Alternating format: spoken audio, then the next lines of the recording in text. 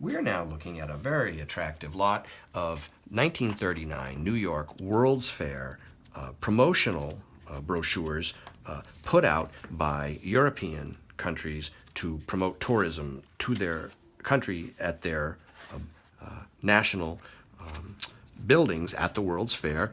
This one is fascinating because Switzerland and watches and clocks, and so what we've got is a movable sheet or illustration in this book. That's nice.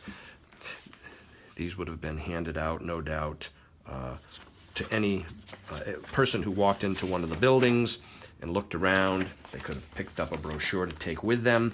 And that's why the range of brochures today that one can find from the World's Fair is so vast, because every country and every business issued at least one and often multiple various promotional type leaflets and pamphlets and maps and brochures and tickets and all this.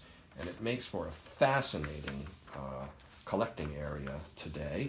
Because so many of them are scarce and ephemeral. It's beautiful graphics on this, a little map on the back for Denmark. Great, strong Art Deco graphics on the inside here. That angular aesthetic of Art Deco. And here is the big, thick brochure for the British Pavilion. Pulled out plans.